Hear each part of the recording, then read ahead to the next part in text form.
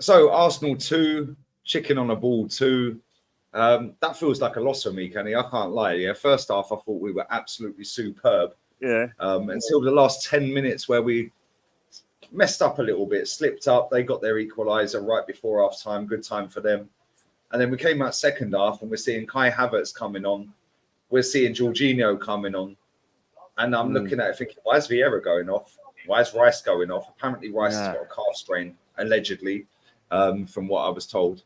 But that second half was one of the dirtiest, disgusting second halves I've seen, mate. And listen, we dug in.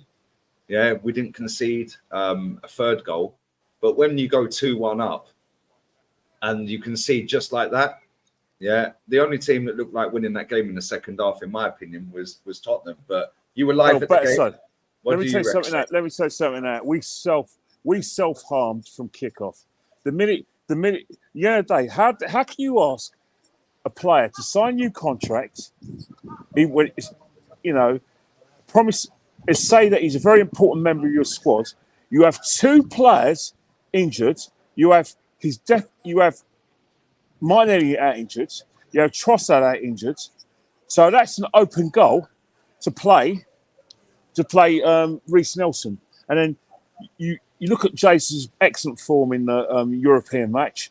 You play him up top, and then you keep like I said, Saka on the right, and you do not disturb the continuity of the team. You do not disturb the pace that we're generating throughout the front three. Because let me tell you something now, if that front three played, Romero and Van der Ven would have had a hard time, not just for the first 35 minutes, but throughout the whole match. We self-harmed from kickoff. Because, don't get me wrong, first 35 minutes, we were getting in Spurs' faces. They were passing the ball like snails. We forced errors.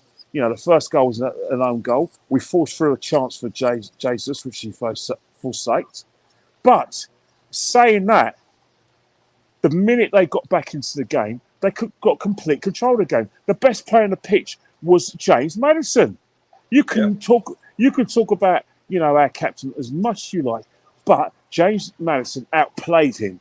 Song outplayed our forwards, and I think the midfield, once Sarr and Basuma got their heads around and actually around it being a North London derby and calmed the hell down, they had complete control.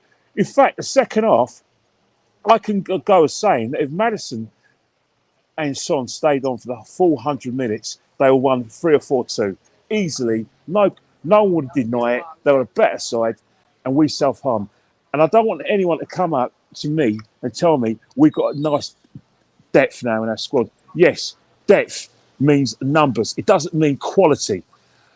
The dearth in quality between our first string and our substitutes is like a mile long. We're talking about as long as the Victoria line. In fact, forget the Victoria line, the Piccadilly line, because that's got more stops. That is the dearth of quality within our team.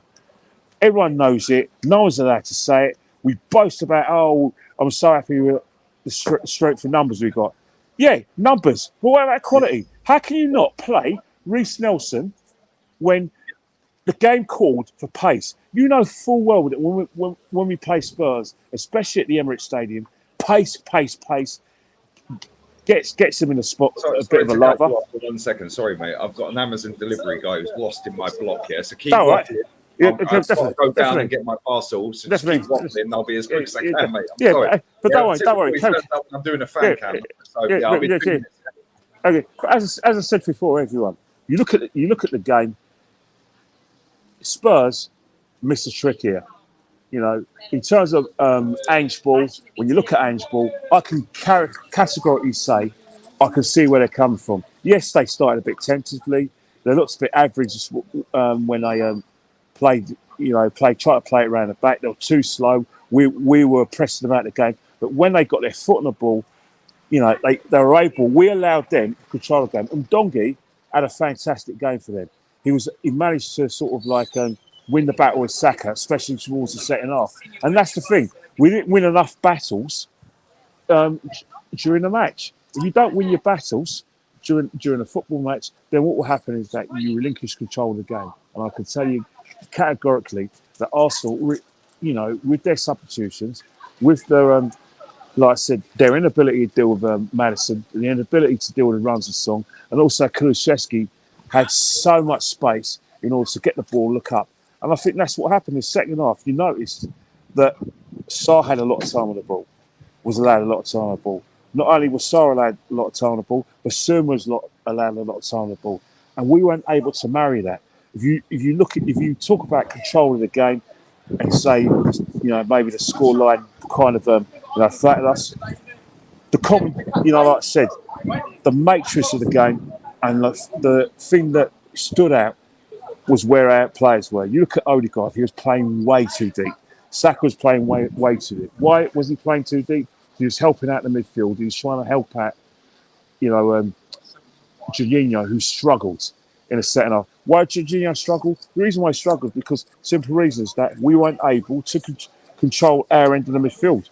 So Jorginho was doing what he normally does.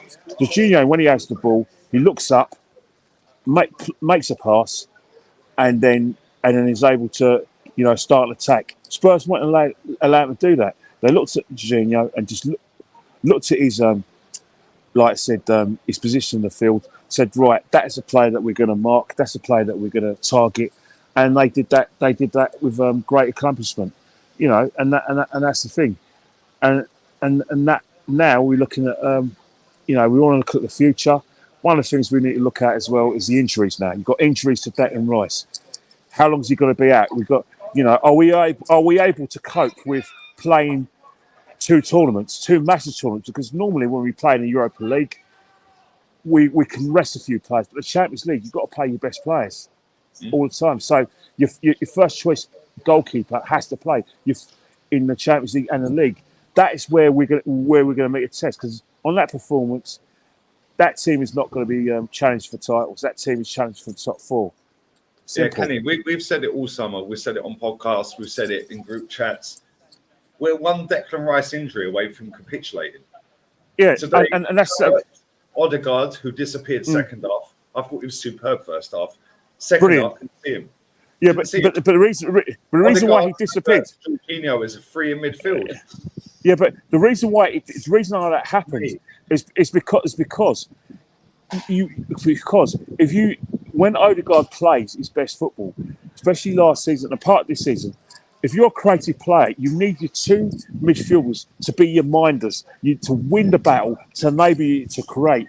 If you're having a situation where your midfield breaker has gone off with an injury, your midfield runner has gone off with an injury, then what will happen is that there is no way you're going to be able to support the forwards, because you're going to have to help out, like I said, your quarterback. And that's what he had to do. And that's why he had no influence in the game in the second half, because he had to play deep. He had to help his mate out, because what was happening is that when his mate was looking up the mate to pass, Spurs were in on him, like I said, Jorginho, and they were able to create attacks and go straight out back four and then outnumber us. Look at the goal.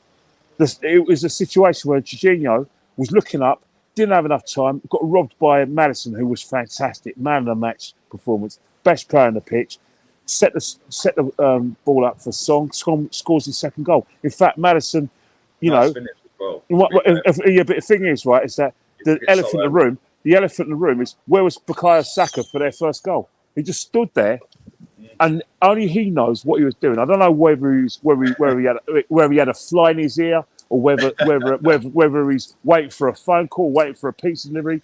Either way, Madison was quick with the ball, and even when he went down a corner, down like the goal line, Saka thought the ball was going out, stood still, and then the cross comes in. Son gets in between three players. Three players. That's a disgrace. Yep. That's an absolute disgrace. The goals we conceded was a disgrace, but it was the reason why they were able to score those goals, as I said before, it's because their midfields did their job. Their midfield won the battle, enabled their creative, skillful players to like I said, hurt us in dangerous areas. Yeah, 100%. Listen, I know these North London derbies are very, very frenetic. stressful, frantic, but on the balance life of and play, death. on the balance of play, I think a draw was probably the fair result. Well, yeah, it only became the fair result when Madison and Son went off the pitch. If Madison and Son If they stayed on the stayed pitch, on, they would have won. They they win that game 3 or 4-2. That is not in dispute. They had the better quality. I think when Madison goes off, you're playing for a draw because no disrespect. There's no way that Højbjerg has got the quality of Madison in order to create chances. And then, as you can see, Richarlison, you play him in short bursts, but at the end of the day, it's probably took him that long to get into the game as opposed to making a difference. And by the time he's trying to get back in the game, there was no chance of us losing that game. No, 100%. Listen, mate, get home safe. Love you to bits, mate, and we'll do this all over again against Brentford. Definitely. I'll see. Well, I'll be there anyway, so I'll see you there. Yeah, hopefully come on, man. Hopefully there's better internet this year. Well, hopefully. We're out of it.